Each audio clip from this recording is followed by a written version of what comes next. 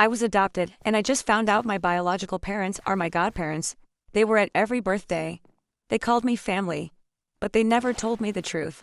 Asterisk, I always knew I was adopted. My parents told me early. I was 5. Too young to understand, but old enough to remember the word. Adopted felt like a label. Like a sticker on my back that made me feel different, even if they didn't treat me differently. My mom well.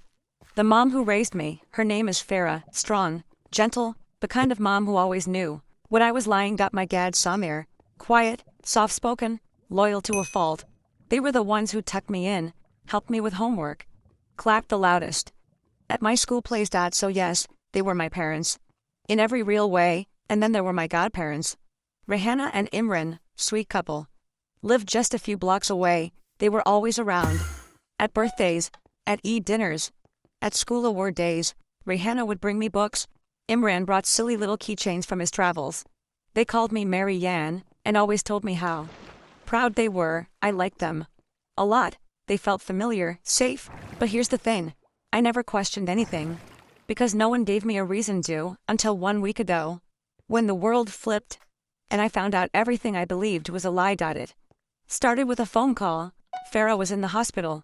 Nothing major, just a minor surgery. She gave me her phone to take care of her texts. I was helping her reply to relatives. And then I saw a message from Rehanna. Has she asked yet? We'll tell her soon, I promise. I froze. Who was she? What were they going to tell me? At first, I told myself it could be anything. A surprise party? A gift? But something in my gut felt heavy. Like a door I didn't know existed had just cracked open. That night, I couldn't sleep. I kept replaying Rehanna's voice in my head. The way she used to touch my hair so gently. Like she was trying to remember it. So I did what I always do when I feel scared. I went to my dad. I asked him directly. Baba, who are Rehanna and Imran really? He froze, literally, like someone hit pause on him. Why are you asking? Just tell me, please. And then, he whispered it. They're your biological parents. I sat there blinking, numb. What? They had you when they were very young. They couldn't raise you, they chose us. Legally. Fully. But they still wanted to be close. My stomach dropped. So, all those birthdays, all those hugs. That wasn't just affection. That was them watching me grow up. He nodded, eyes full of guilt. Why didn't anyone tell me? We thought we'd tell you when you were ready, but there was never a perfect time. I stood up, walked out, needed air, needed space. I felt betrayed. By everyone. I called Rehanna. She picked up fast, too fast. Sana. I didn't let her finish. You're my birth mother? Silence. Then I choked. Yes. I cried, right there, in the middle of the sidewalk, because suddenly, everything I knew was half true. That night I couldn't look at childhood photos the same. There she was, in every frame, smiling, holding me, pretending to be an aunt when she was my mother. Why didn't she fight to keep me? Why did she give me up but still stay so close? Why did she lie? Why did everyone lie? For 2 days I didn't answer anyone's calls. Not Farah's, not Samir's, not Rehanna's, not Imran's. I was grieving something I couldn't name. Finally, I agreed to meet at their house. The house I'd visited my whole life. This time, everything looked different, familiar, but foreign. Rehanna made tea. Imran sat on the edge of the couch, tense. I broke the silence. Why? Rehanna sighed, eyes already wet. I was 19, Imran was 21. We were students, we had nothing, no support, no plan. But when I found out I was pregnant with you, I couldn't imagine handing you to strangers. She sniffed, held her breath. Farah was my cousin. She and Samir had been trying to adopt. We made a choice, a painful one, to keep you in the family, to be near, to love you from a distance. Imran finally spoke. Every smile you gave us felt like a gift, and every birthday we left without taking you home felt like a punishment. I didn't know what to say, because how do you answer that kind of truth? That kind of heartbreak? I still don't have all the answers. I still don't know what to call them now. My godparents, my birth parents, both, neither. But I do know this. They never stopped loving me. And Farah and Samir. They never treated me like anything but theirs. So maybe I wasn't betrayed. Maybe I was just loved too much in too many ways that weren't simple. But love doesn't always look like fairy tales. Sometimes it looks like giving someone away so they can have more than you could offer. This story isn't over. Not yet. Because I still have questions, still have pain. Still need time. But now I'm walking toward the truth. Not away from it. And that matters. Asterisk. I didn't sleep the night after our meeting. My head was full of voices that are Imran.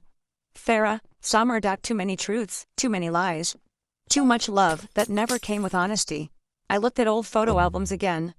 Every Eid, every birthday, every picnic, they were always there, smiling, watching me.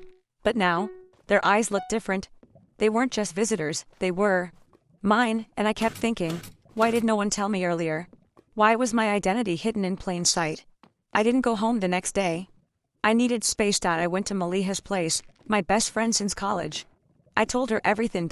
And she just sat beside me as I cried into her pillow. No advice, no judgments, just silence. And her hand holding mine. That night I got a message from Farah. No matter what happens, you are my daughter. And you will always have a home with me. It made me cry again. Because I missed her. But I also felt like a stranger to her now. 2 days later, I went back. I walked into the house I grew up in with a heavy chest. Farah was in the kitchen. Samir was reading the newspaper. Everything looked normal. But I wasn't. Farah saw me and her eyes lit up, then dimmed quickly. She said softly, "You came back." I nodded. We didn't hug. We didn't cry. We just sat at the kitchen table. She served chai, my favorite kind, with cardamom and cinnamon. "I should have told you sooner," she said, "but every time I tried, I got scared you'd leave." I looked at her. "But I'm still here, aren't I?" She nodded. "And I'm grateful, even if you never forgive me." I whispered, I don't know who I am anymore." She reached across the table and held my hand. "You're still Sana, you're still my daughter. But now, you have more pieces to your story." Samir spoke quietly.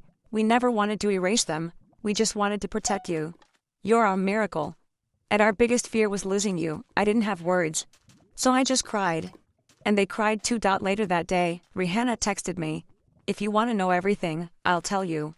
No more secrets. I owe you that much." I said yes. Because even if it hurt, I needed the whole truth. We met at a quiet cafe. No makeup, no smiles. Just two women with the same eyes and a lifetime of silence between them. She took out a small box, inside a hospital bracelet, a crumpled photo, a note. "I wrote this for you, the day I gave birth." My hand shook as I unfolded the paper. It said, "To my daughter Sana, I love you more than I can say. I am giving you away today, not because I don't want you, but because I want the best for you. I hope you find love, safety, and joy. And I hope one day you'll forgive me. Always watching, always near Mama." Mama, that word. From her, broke something in me. And healed something too. I looked at her, tears rolling down her cheeks. And I asked, "Did you ever regret it?" She said, "Every day. And yet, never. Because you were happy. And that's all I wanted." I asked Imran the same. He said, "I watched you grow up from the sidelines. I smiled at you like a friend.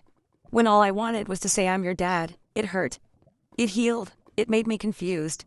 It made me calm. I told them I needed time. And they respected it. No pressure. No expectations.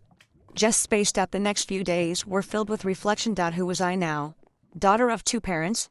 Or 4? I started journaling, started drawing again.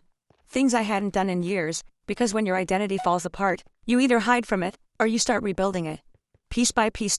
And in that quiet rebuilding, I found something unexpected. Peace. Realized I wasn't broken.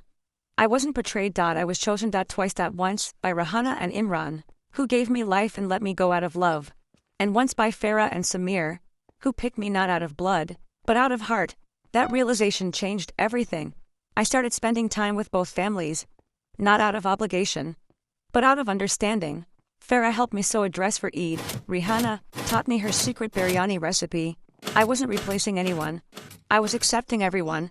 Because love doesn't divide. It expands. One evening, all 6 of us sat together.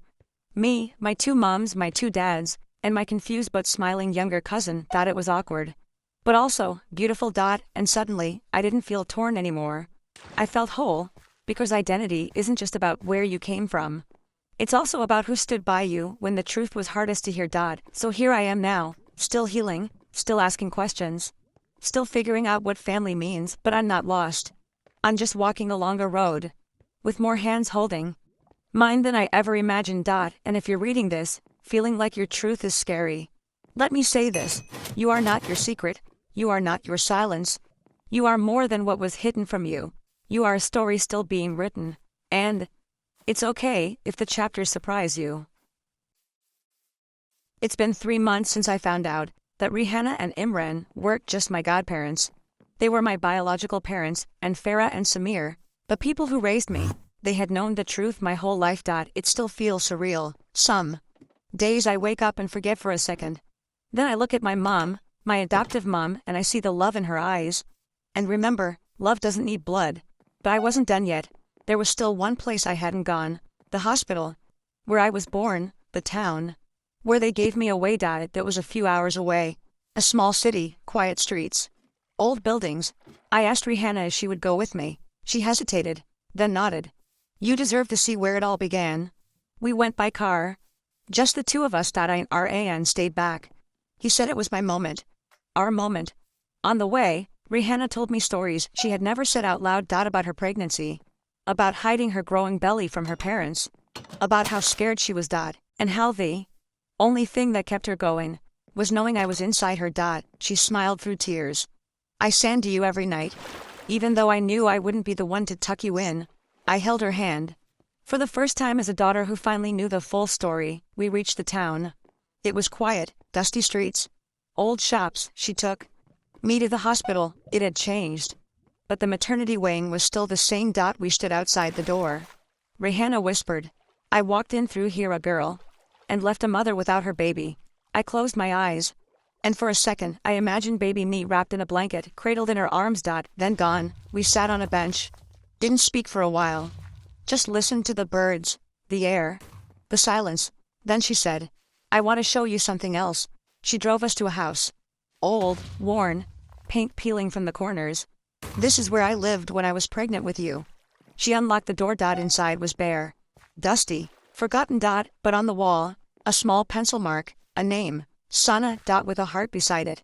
I wrote that the night before I gave birth. I wanted you to have a name that meant radiance, I cried. Because even when she let me go, she never let go of me. In her heart. Later that day, we met one of her old neighbors. An elderly woman. She stared at me for a long time. Then said, you look just like her. Just like Rihanna did when she was young and scared. That night, we stayed in a small guest house. Rihanna gave me another letter. I wrote this when you turned 1. I never had the courage to give it to you. I opened it. Dear Sana, you turned 1 today. I saw pictures. You're smiling, healthy, happy. I ache to hold you again, but I know you're loved. I whisper your name every night. I hope you feel it in your dreams. Maybe one day you'll understand. Maybe one day you'll forgive me. Love, the mother who watches from afar. I held her hand again. Tighter this time, and I whispered, I understand now. And I forgive you. The next morning we drove back, but everything felt different, like the fog was finally gone. And all the half-truths had become full stories. When we reached home, Farah was waiting. She hugged me, not out of fear, but with pride. You're so strong, you always were. Imran came over later. He sat across from me.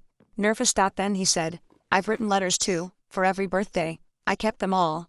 He handed me a bundle tied with red string. I took it, and smiled. Thank you, Abu. It was the first time I called him that. He froze, eyes wide, tears falling. You don't have to, I want to. Samir was watching from the doorway. I turned to him. You'll always be my Baba. He smiled, eyes glistening. And you'll always be my little girl. Now, weeks later, I don't have to choose. I have 2 fathers, 2 mothers, 2 families. Not divided, but woven together by pain and love and truth. I've started a blog, sharing my journey. And people write to me. With stories, with heartbreak, with hope. I used to think I was lost. Now I know, I was never lost. I was just waiting to arrive at the truth. So if you're out there, holding a secret, or healing from one, listen closely. You are allowed to ask questions. You are allowed to change.